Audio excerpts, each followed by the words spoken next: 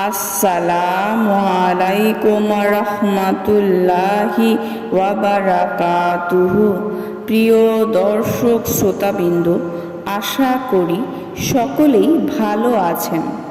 হজরত আবু উমামা আল বাহিলি রাদিয়াল্লাহু আনহু থেকে বর্ণিত, তিনি বলেন, রসুল সাল্লাল্লাহু আলাইহি ওয়াসাল্লাম আমাকে দেখেছেন এমত অবস্থায় যা আমি বসা ছিলাম এবং আমার ঠোঁট নড়তেছে।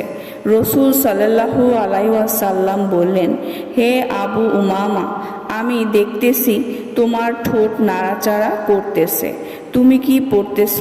সে বলল, আমি আল্লাহর জিকির করতেছি।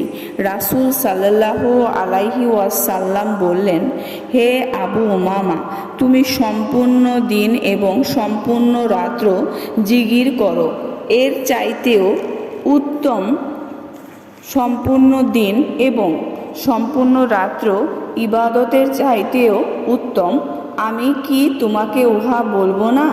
তখন রসূল সাল্লাল্লাহু আলাইহি ওয়াসাল্লাম বললেন, যদি তুমি 24 ঘন্টা ধারাবাহিক জিকিরের চেয়ে বেশি সওয়াব পেতে চাও, তাহলে তুমি এটি পড়ো, সুবহানাল্লাহি আদাদা মা খালাক, সুবহানাল্লাহি মিন আমা খালাক, সুবহানাল্লাহি আদাদা মা ফিল আরদি, সুবহানাল্লাহি মিন আমা ফিল আরদি ওয়াস সামা, সুবহানাল্লাহি আদাদা মা আইসা কিতাবা, সুবহানাল্লাহি মিল আমা আসা কিতাবা, সুবহানাল্লাহি আদাদা কুল্লি শাইইন, সুবহানাল্লাহি মিন আ কুল্লি শাইইন।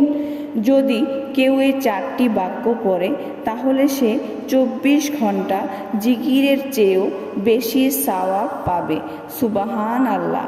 প্রিয় দর্শক শ্রোতাবিন্দু, ভিডিওটি যদি ভালো লেগে থাকে অবশ্যই চ্যানেলটি সাবস্ক্রাইব করবেন, লাইক করবেন, কমেন্ট করবেন এবং বেশি বেশি শেয়ার করে দিবেন। সবাই ভালো থাকবেন। আল্লাহ হাফেজ।